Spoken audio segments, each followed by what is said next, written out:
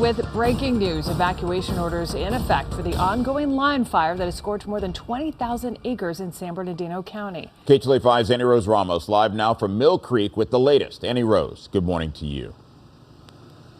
Hey guys, good morning to you both. Well, we were here back on Friday when that fire had basically burned through about 500 acres. Now it has more than tripled in size. We are talking over 20,000 acres this morning, and you can see behind me those flames that you can see in the background coming off of those mountains, those ridge tops. That is what we can see from here, from Mentone. But we want to bring in Brent Pasqua because you are with CAL FIRE, and you are going to give us a little bit more of an update as our viewers are looking at that fire continue to burn. We know it's only getting bigger. Now we're looking at evacuation orders in place and the governor issuing that state of emergency. Where do things stand as of this morning? Right, like you said, we're over 20,000 acres, but we still have lost no homes. Again, we have lost no homes, no structure damage.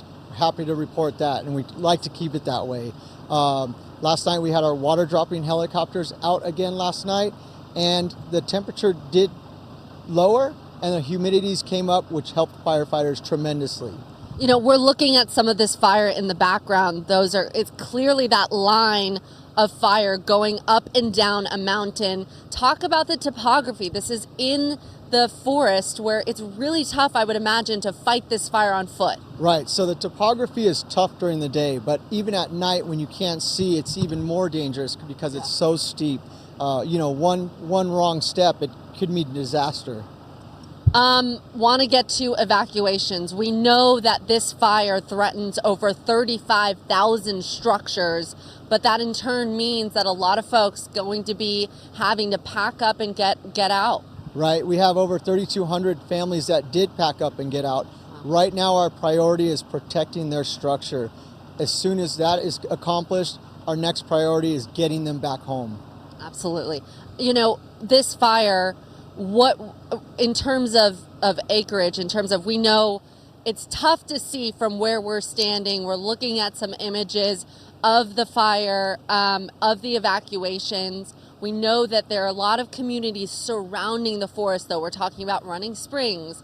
We're talking about a lot of those areas. Which ones are really at the most danger as of this morning? And that's what makes this fire so extreme. Yeah. It not only has the fuel topography, the weather behind it, we also have the thunderstorms that come in and make it unpredictable on where it's going to go. So we have to surround this fire on all sides. We can't just say, hey, look, it's going to go to the west, and we know it's going to go that way. With the thunderstorms, it could blow it to the east that same day, which it did yesterday. So we just have to be prepared on all sides. You know, this is now ballooned into a massive amount of space that this fire is now covering. Talk about, I know you said over the night you were fighting this by air with the water drops, but talk about just how many crews. We've seen them all out on the road. There's a sheriff's department as well, CAL FIRE, fire departments from local cities. What are we talking about here? Who is fighting it on the ground right now? Right, we have crews from all over the state, over 600, and I believe that number's going up. We still have more crews en route.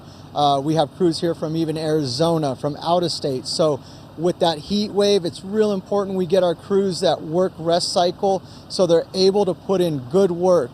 But they can't do it, all the time, all day long. So we have to have a lot of crews here. Before we go, I want to just touch on some of your biggest obstacles. You mentioned the weather, the thunderstorms we saw over the weekend, incredible heat. We already feel it right now before the sun has even come up. What is going to be your biggest obstacles going into today? Right, well, we're looking forward to that heat dropping. The biggest obstacle still remains those thunderstorms because, again, until they happen, up until that moment, we don't know where the fire could potentially go. Yeah. So we just have to be on our toes. Yeah. Brent Pasqua, thank you so much for this morning's update here. Now, behind us, you can see, as Brent said, it's anyone's guess as to which direction that fire can go as it just keeps getting bigger here in San Bernardino County.